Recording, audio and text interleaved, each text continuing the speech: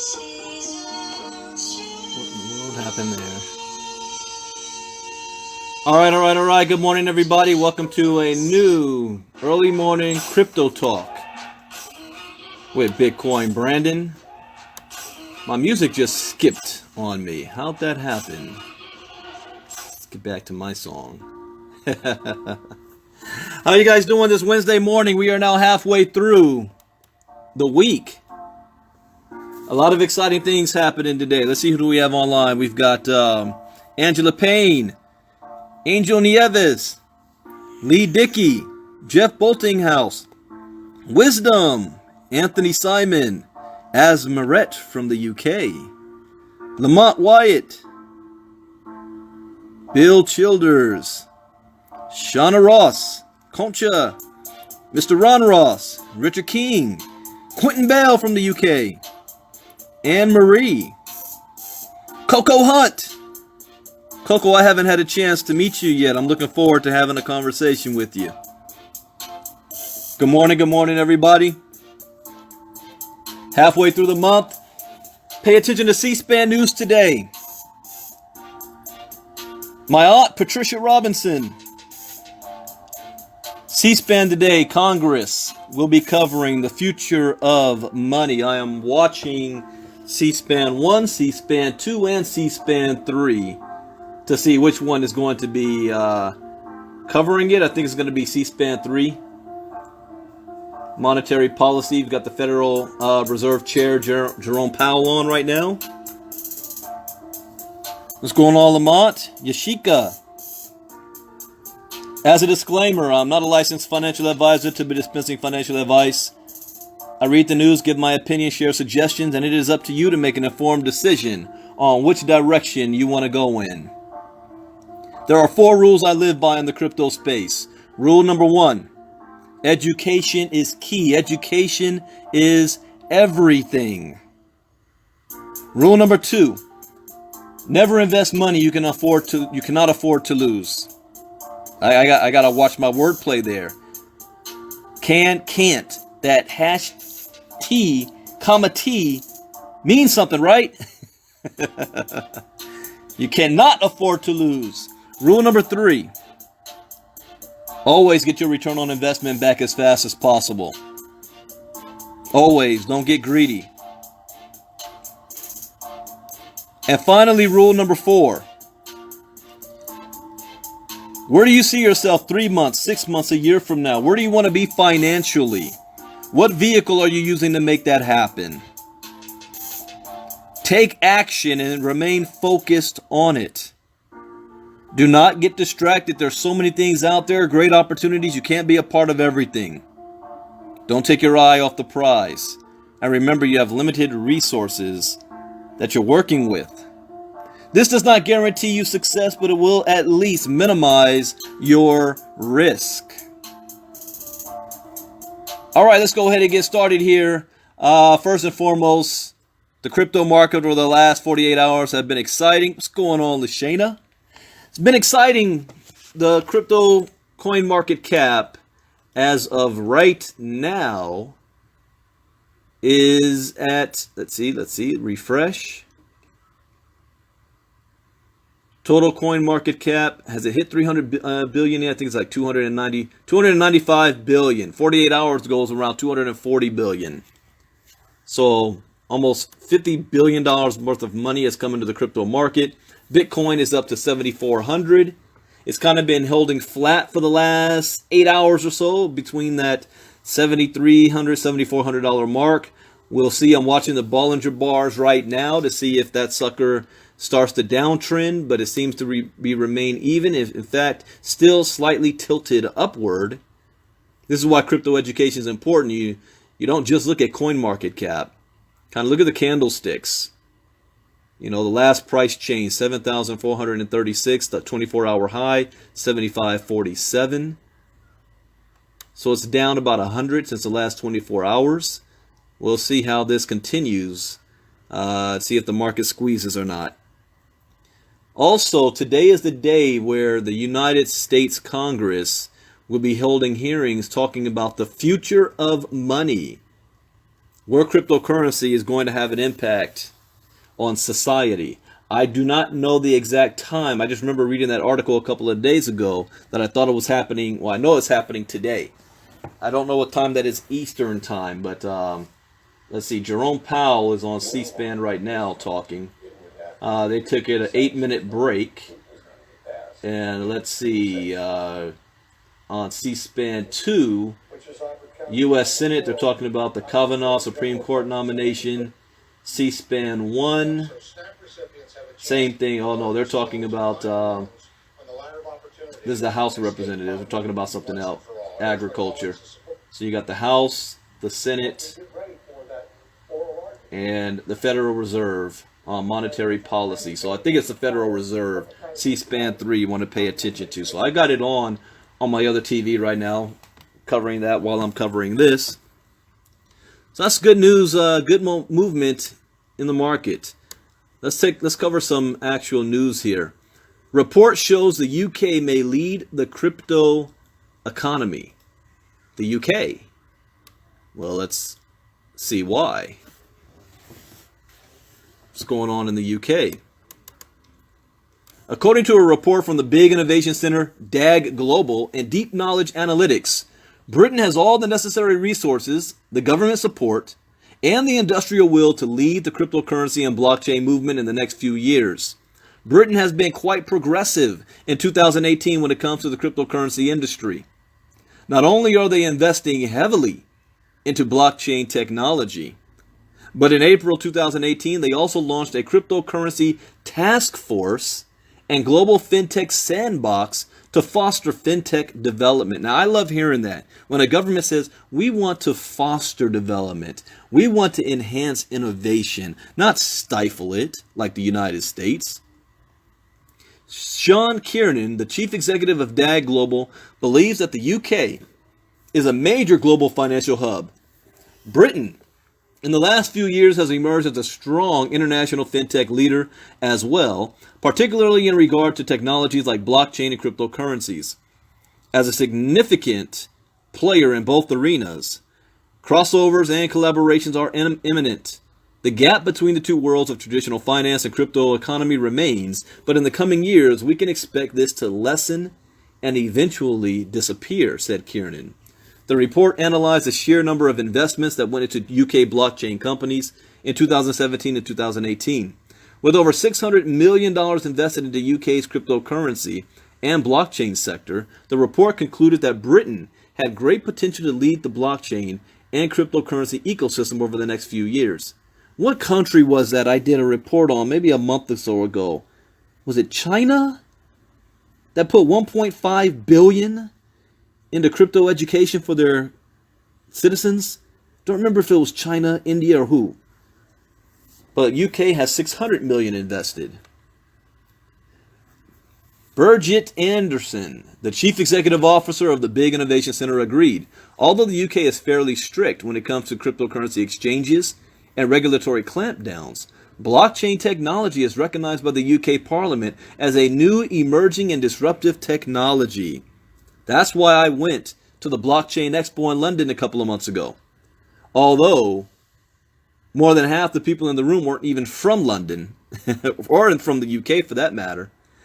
But still, it was interesting to be there. While the UK does not want to stifle fintech and innovation, according to The Independent, the Bank of England governor decided to hold cryptocurrency exchanges to the same standards as the rest of the financial industry. I don't see a problem with that, at least, making on even standards. Marc, governor of the Bank of England, believes that without regulation, cryptocurrency exchanges could be a risk and threat to the financial stability of England. I have no problem with that. The time has come to hold the crypto asset ecosystem to the same standards as the rest of the financial system. I agree. He added, being part of the financial system brings enormous privileges, but with them come great responsibilities. Carney believes holding cryptocurrency exchanges to the same standards as the rest of the financial system is a good step toward addressing the lack of regulations in that field. All right, go UK. Let's see, who else do we have here? Billion-dollar hedge fund manager believes blockchain talent is moving in waves. Okay. There's a whole new industry here for those of you looking for a career. This is why colleges are going to start having crypto education courses, getting your degrees in. Talent is going to be in demand. The founder of crypto's biggest hedge fund, Polychain Capital, discussed the current movement of top-tier talent in the tech sector from traditional entities to blockchain-based projects.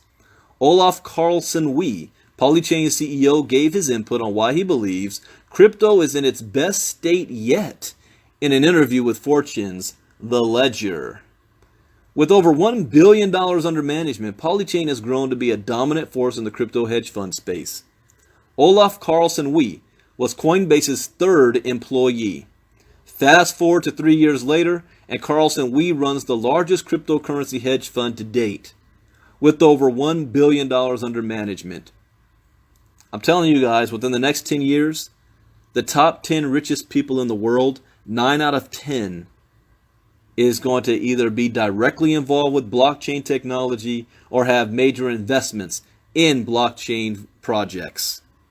You already have right now, you saw the report yesterday, Steve Bezos of Amazon is now the richest man in modern history, $150 billion worth in modern history. And he's barely scratched what he's going to be doing with blockchain and Amazon. So in the recent interview with the Ledger Fortune magazine, Carlson-Wee talked about multiple things, but most notably about his excitement for the future of blockchain and cryptocurrency. While others are ruminating on the causes of the recent bear market, Carlson-Wee believes the blockchain space has never before been in a better place. Specifically, Carlson-Wee commented on what he believes is an exodus from the general tech field to blockchain-related jobs. He stated, "What we're seeing is an absolute exodus from many of these major tech giants like Facebook, Google, LinkedIn, and Snapchat of really high-quality talent. If anyone is in position to make such a statement, many believe it is Carlson-Wee. The entrepreneur started off working for Coinbase and left on good terms. After departing from the tech company, he established Polychain Capital, a now billion-dollar hedge fund. Many Silicon Valley tech workers and skilled programmers seem to be following suit." Carlson-Wee additionally stated in his chat, The Ledger, that he doesn't believe the price decreases of cryptocurrency are reflective of the true efforts and values within the blockchain ecosystem. I agree. He stated, "What I pay attention to is not the month-to-month market prices of assets, but developer momentum around building novel applications. The current developer enthusiasm is unprecedented." Carlson-Wee's statements are in fact correct. Despite the cryptocurrency price sell-off, which in my opinion is market manipulation by the futures, short selling it, development efforts have increased tenfold since 2017. Additionally, ICO funding has been continually soaring, and regulatory outlook seems to be getting more lenient in multiple countries. While some banks and institutions have tuned, I'm pausing at the same time because I'm looking at C-SPAN, and they're talking about the future of the economy in crypto right now. All right, I'll get back to that later. So other companies and tech giants such as Facebook have even created their own departments dedicated to the development and research of blockchain technology. In the case of Facebook, the creation of a position of Director of Engineering Blockchain soon followed, after they had already banned all crypto advertisements. Yeah, they wanted to, kill the competition while they got this.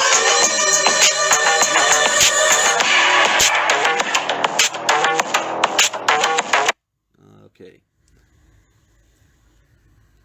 As more industries adopt blockchain technology, it is likely that many other research and development departments will quickly transform into dedicated cryptocurrency development sections. While the tech sector prepares for blockchain's inevitable impact on the entirety of centralized computing, many are making early moves to adapt prior to the competition. Yeah, that's what Facebook did. This has led to an increasing number of hires and diligent efforts by human resources teams of top-tier companies around the globe. Carlson Wee makes valid points in his arguments. Those who have desired talent are seeking truly creative and innovative outlets, something that it seems decentralized and trustless systems designs are very efficient at delivering. All right, let's go to the next article. Because this is the last one because I need to watch what's going on Congress. Bitcoin price could reach $40,000 within years, says billionaire Marc Lasry.